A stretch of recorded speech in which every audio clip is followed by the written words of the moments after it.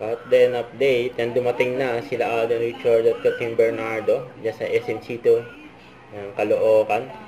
And dami pang nag-abang sa kanila dyan.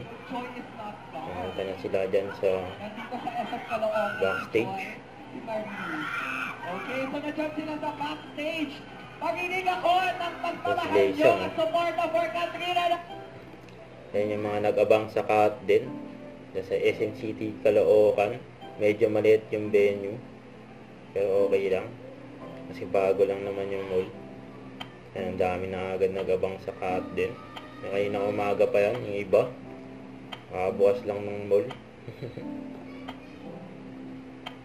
Dami oh. Baba hanggang taas.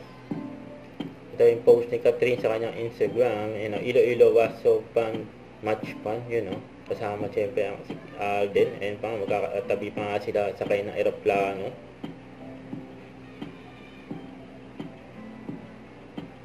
Ayan pa yung post ni Nate. Ayan kasama ang cut din. Ang nagunta sa Iloilo. Ito yung mga highlights.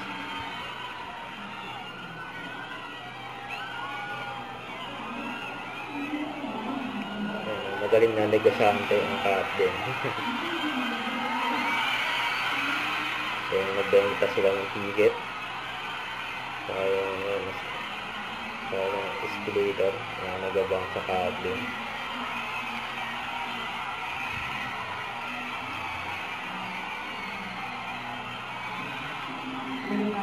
Tickets kanina for the meeting stream. Magaling na again, thank you so much. At excited na po kami na mapanood nyo.